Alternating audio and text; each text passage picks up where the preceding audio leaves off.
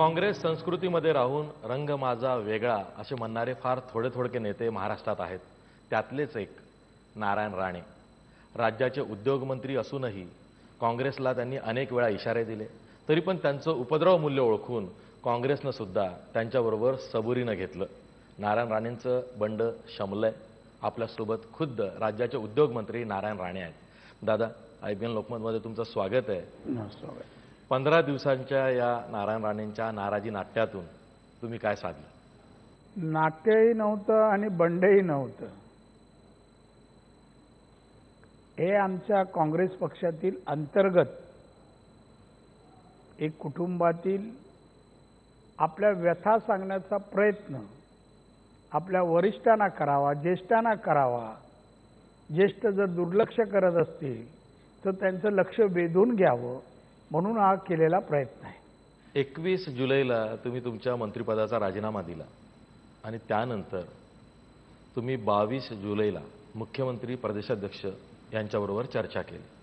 तेव्हा बाहेर पडताना तुम्ही असं सांगितलं होतं की मुख्यमंत्री आणि प्रदेशाध्यक्ष काँग्रेस हायकमांड सोनिया गांधींना माझी व्यथा सांगतील, आम्ही त्यांना कदाचित भेटायलाही जाऊ.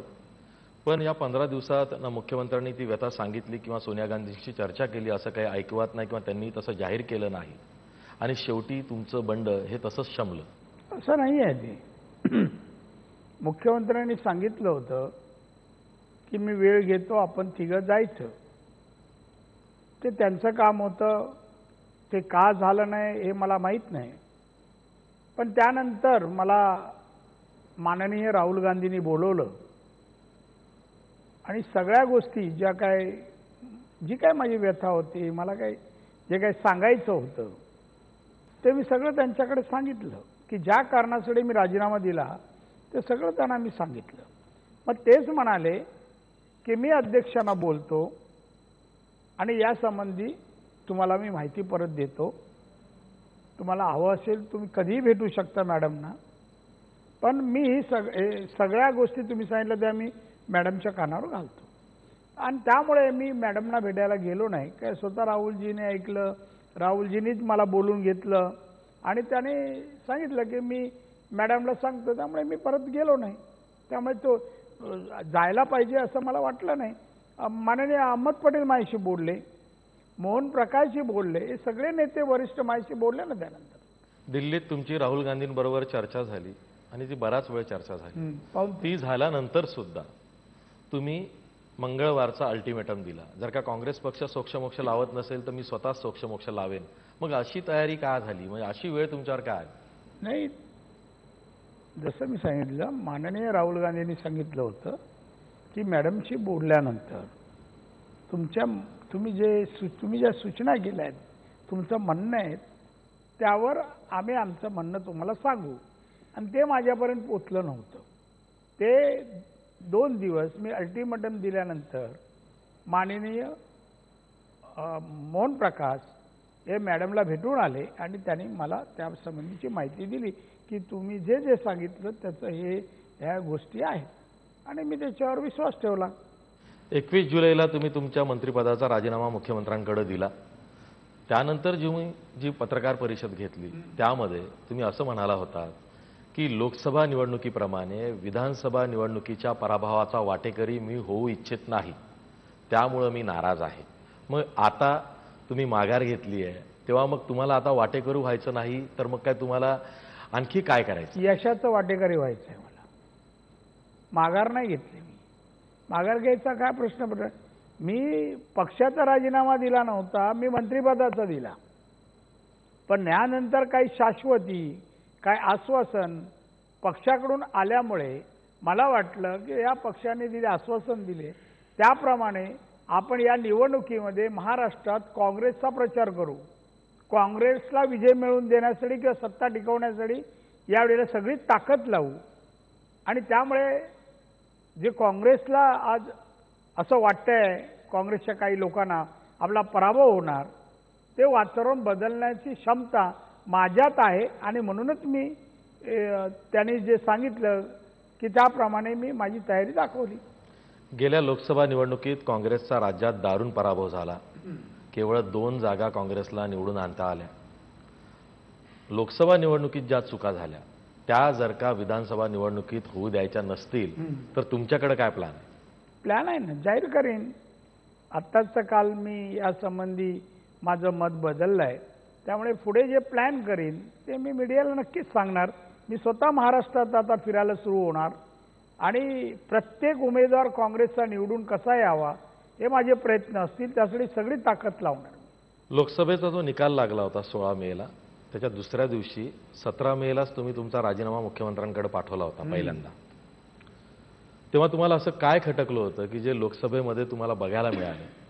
अशी एक चर्चा आहे की तेव्हा राज्य सरकारनं सुद्धा आपला जो कार्यक्रम असेल, आपले जे निर्णय असतील लोकांपर्यंत नीट पोहोचवले नाही, काँग्रेसला त्यात अपयश आलं आणि त्यामुळेच तुमच्या मनात अशी ठिणगी पडली की आता राज्य सरकारच इथं अपयशी ठरतंय आणि म्हणून तुम्ही तेव्हा तो राजीनामा पाठवला होता. नाही, माझ्या राजीनाम्याची मी कारणं स्पष्ट केली. निलेश राणे रत्नागिरी सिंधुदुर्ग या जिल्ह्याचा लोकसभेचा उमेदवार होता. मागची 5 वर्ष खासदार या नात्याने त्याने अतिशय चांगलं काम केलं होतं. संपर्क चांगला ठेवला होता. 20-20 दिवस तो मतदारसंघात असायचा. गाव आणि गाव पिंजून त्याने काढलेले होते. एवढं असून आणि माझं 25 वर्षाचं कोकणमधील कामं, कोकणी माणसासाठी केलेले कामं, कोकणाचं नाव या देशात या राज्यात मी नावारूपाला आणलं. कोणतीही योजना आली का कोकणात, हे जे मी केलं होतं 25 वर्ष, तर मला वाटलं की कोकणी माणूस माझ्या प्रेम करतोय, त्याप्रमाणे माझ्या मुलावर प्रेम करेल, मतदान देतील, हा माझा विश्वास होता. या विश्वासाला तडा गेला, निलेश राणे पडला आणि म्हणूनच त्याच कारणाने आपल्याच लोकांनी आपला पराभव केला आणि म्हणून मला वाटलं की आपण राजीनामा द्यायला पाहिजे, म्हणून दिलेला राजीनामा होता. पराभव माझ्या जिवारी लागला, वस्तुस्थिती आहे आणि म्हणून मी दिला. त्यानंतर 1 महिना मध्ये पास झाला आणि मग तुम्ही 21 जुलैला पुन्हा राजीनामा दिला. आणि त्यावेळेसच्या राजीनाम्याची कारणं ही साहजिकच मुख्यमंत्र्यांची कार्यशैली सुद्धा एक होतं. तुम्हाला मुख्यमंत्र्यांच्या कार्यशैलीवर काय आक्षेप आहे? आता आक्षेप नाही. हा बदल कसा झाला? आता बदल यासाठी आहे की मला आता काँग्रेससाठीच काम करायचं आहे, काँग्रेसच्या विजयासाठीच काम करायचं आहे आणि म्हणून अंतर्गत वाद कोणतेही न काढता, मतभेद न करता आता विरोधकांवर तुटून पडायचं मी ठरवलेलं आहे. तेव्हा अंतर्गत मतभेद किंवा आपल्या काँग्रेसच्या माणसावर किंवा उद्या आघाडी अशीच कायम राहिली तर मित्रपक्षावर टीका न करता टीका आता शिवसेना आणि भाजप. तुम्ही प्रदेशाध्यक्ष पदाची मागणी केली, मला 3 महिन्यासाठी प्रदेशाध्यक्ष पद द्या, निवडणुकीच्या काळापुरती द्या, अशी तुम्ही मागणी केली. हो, ही मागणी काय विचार करून केली? विचार करून की माझ्या मनात विधानसभेच्या निवडणुकीचं काही चित्र होतं. ही निवडणूक कशी लढवली जावी आणि तशी निवडणूक लढवण्यासाठी जे पद आवश्यक आहे ती 2 पद, एक मुख्यमंत्री किंवा अध्यक्षपद. आणि ते जर आपल्या हातात सूत्र जर आली तर आपण एक वेगळ्या स्टाईलने आपण निवडणुका महाराष्ट्र लढू शकतो, लोकांपर्यंत जाऊ शकतो, लोकांची मनं परिवर्तन करण्याची क्षमता माझ्यामध्ये आहे असा माझा विश्वास आहे आणि म्हणून मी मागणी केली.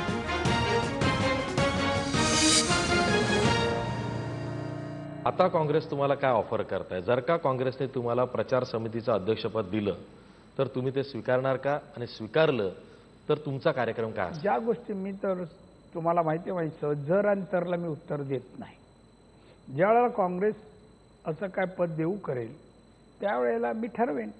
मग काँग्रेसनं तुमच्यासमोर कॉम्प्रोमाइज फॉर्म्युला ठेवला तरी काय? कॉम्प्रोमाइजचा प्रश्न येत नाही. मी त्या पक्षात आहे, त्यामुळे काही त्यांनी द्यावं आणि मी त्याच्यावर मान्य करावं याच्यातला मी नाही. मी एकदा मान्य बा ठीक आहे, तुम्ही म्हणता ना या सगळ्या गोष्टी ज्या चुकीच्या झाल्यात यापुढे होणार नाही, ठीक आहे, मी विसरून गेलो, मी कामाला लागतो. मी पदासाठी केलेलं आहे. ही आता जे काही राजीनामा दिला वगैरे पदासाठी दिलेलं, मला आयुष्यात भरपूर पदं मिळाली. ही एवढी पदं मिळाली आहेत, कोणाला एक गावाचं सरपंच पद मिळत नाही, पण राज्यामध्ये मॅक्झिमम पदं जी राज्यात आहेत ती मला मिळाली. तुमचे विरोधक मात्र वेगळा अंदाज बांधतायत. त्यांचा तर्क असा आहे की तुम्ही हा सर्व राजीनामा नाट्याचा खटाटोप हा केवळ तुमचे धाकटे चिरंजीव नितेश राणे यांच्या तिकिटासाठी केला. काय गरज आहे तिकिटासाठी करायला? मी काँग्रेसचा एक नेता आहे, तर मुलाच्या तिकिटासाठी हे का करावं मी? नाही, मला कळत नाही, माझ्यासाठी काय तिकीट मोठी गोष्ट आहे का? मी त्या सिलेक्शन कमिटीमध्ये पण आहे, मी एक नेता आहे. मी सांगितलं की एका वेळेला मी उभा राहणार नाही, आमच्या घरातून एक कोणतरी राहील, आणि काँग्रेस एका नाकारणार असं मला वाटत नाही.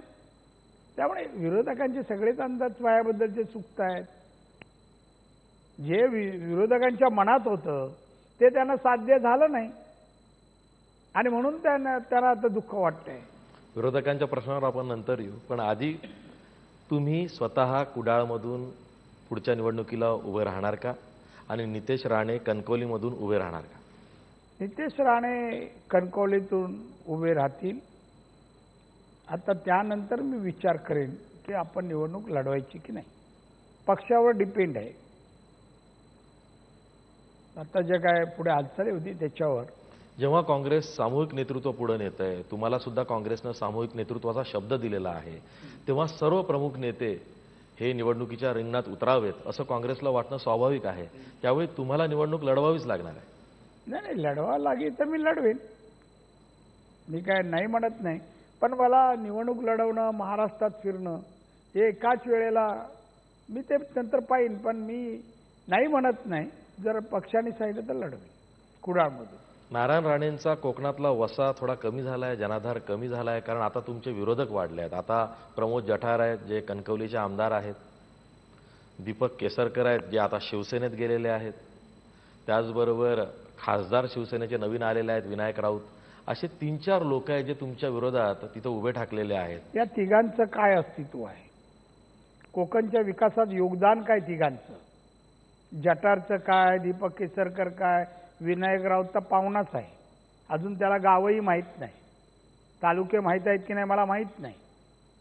नुसत्या साईड बघतायत, पाण्याची धूप कशी आली, पाऊस कसा पडला, वादळ कसं आलं हेच पाहतायत, पण उपाय त्यांना अजून माहीत नाही. हे तिघही बोललात, याच्या अगोदर कोण नव्हते का विरोधात? मला काय फरक पडला नाही कधी. सगळे पक्ष एकत्र होऊनही मी पोटनिवडणूक जिंकलो समोरचं डिपॉझिट घालून. तो इतिहास आहे. माझं वजन, वर्चस्व कोकणातलं कधी कमी होऊ शकत नाही, जोपर्यंत कोकणी माणसाचं माझ्यावर प्रेम आहे तोपर्यंत. शिवसेनेचे नेते खासगीत असं म्हणतायत की जसं लोकसभेच्या निवडणुकीत आम्ही नारायण राणेंना सिंधुदुर्गात जेरबंद केलं होतं, तसंच आम्ही आता विधानसभेच्या निवडणुकीलाही करू, त्यांना आम्ही कोकणातल्या बाहेर जाऊच द्या. जेरबंदची व्याख्या त्यांना समजत नाहीये. एक तर दीपक केसरकर शिवसेनेत गेला, प्रचंड सभा 1200 लोकांची प्रवेश केला, प्रचंड उद्धव ठाकरेंची 1200 लोकांची त्याच्यात प्रवेश केला. त्याचं 5 वर्षातलं काम सांगावं. आमदार होता, काय काम केलं? आपण निवडून येणार नाही राष्ट्रवादीतून म्हणून तो शिवसेनेत गेलाय. पण काल आमच्या कार्यक्रमात दीपक केसरकर असं म्हणाले की नारायण राणे खोटं बोलतायत, 5000 समर्थक माझे तिथं होते आणि त्यांनी शिवसेनेत प्रवेश केलेला आहे, त्यामुळे 1200चा आकडा त्यांनी कुठून काढला? नाही, तुम्ही आमच्या जो खुर्च्या ज्याने दिल्या ना डेकोरेटरवाला, त्यालाच आम्ही विचारलं. 1500 खुर्च्या लावल्या, 300 काढायला सांगितल्या, राहिले 1200. आता दीपक केसरकरला सवयच आहे खोटं नाटक करायची, त्यामुळे हे काय नवीन नाही आहे. लोकांनी एवढ्या पाहिलं ना, तुम्ही कव्हर केलं, तुम्ही बघा किती मोजा किती होतं ते. पण नारायण राणेंना कोकणात आम्ही हलू देणार नाही, त्यांना कोकणाबाहेर प्रचार करू देणार नाही. लोकसभेला मी महाराष्ट्रात फिरलो ना, विदर्भ, मराठवाडा, खानदेश, पश्चिम महाराष्ट्र करत मी कोकणात गेलो. शेवटचे 3 दिवस कोकणात होतो, कायमचा नव्हतो मी. आणि हे काय जेरबंद करतात हो? हेच आधी किती फिरू शकते निवडणुकीला ते बघूया आपण. आताच करतायत दहशतवाद. त्यांना साधी माहिती होम डिपार्टमेंट घेता येत नाही. राष्ट्रवादीत होते, राष्ट्रवादीचे होम मिनिस्टर आहेत. या संपूर्ण महाराष्ट्रात कमीत कमी गुन्हे सिंधुदुर्गात आहेत. तुम्ही माहिती घेऊन बघा, कमीत कमी गुन्हे, क्राईम नाहीच आहे, आणि हे दहशतवाद म्हणतात.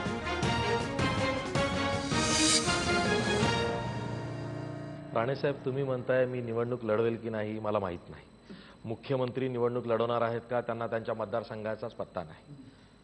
नाही माणिकराव माझ्या ठाकरे मी तुम्हाला आजही सांगतो, सिंधुदुर्गातल्या कोणत्याही मतदारसंघात मी उभं राहू शकतो आणि मला जर वाटतं उद्या सावंतवाडीलाही राहील, असं काही नाहीये, सावंतवाडीला पण राहील, मला काय फरक नाही. मला मतदारसंघ आहे आणि कुठल्या मतदारसंघात निवडून येण्याची परिस्थिती आहे. तुम्ही कोणाचं काय माझ्याशी जोडू नका. प्रश्न मी पुन्हा पूर्ण करतो. मुख्यमंत्र्यांना त्यांच्या मतदारसंघाचा अजून पत्ता नाही आहे. ते कोणत्या मतदारसंघातून उभे राहणार आहेत, त्यांची इच्छा आहे नाही आहे हेही कळायला मार्ग नाही. माणिकराव ठाकरे जे काँग्रेसचे प्रदेशाध्यक्ष आहेत त्यांना स्वतःचा मतदारसंघच नाही, ते विधान परिषदेवर आमदार आहेत आणि तुम्ही अशा मनस्थितीत आहात की लढू की नाही. मग काँग्रेसचं हे जे सामूहिक नेतृत्व आहे ते लोकांपुढे काय घेऊन जाणार? एक लक्षात ठेवा, मी 6 निवडणुका विधानसभेच्या जिंकलो, कॉर्पोरेशनची 7 निवडणूक. माणसाने मला असं मी याच्यापूर्वी ठरवलं तर थांबवू, पण जर पक्षाने सांगितलं तुम्ही लढा, मी लढणार, मी नाही म्हणालो नाहीये. त्यामुळे आम्ही कुठे घाबरून पळतो अशातला प्रश्न नाहीये. उलट आम्ही नवीनाला संधी देते तरुणांना. आम्ही मुलाला संधी दिली आणि नामदारी मुलगा नाही, तो पण MBA झालेला आहे, लंडनला जाऊन MBA होऊन आलाय.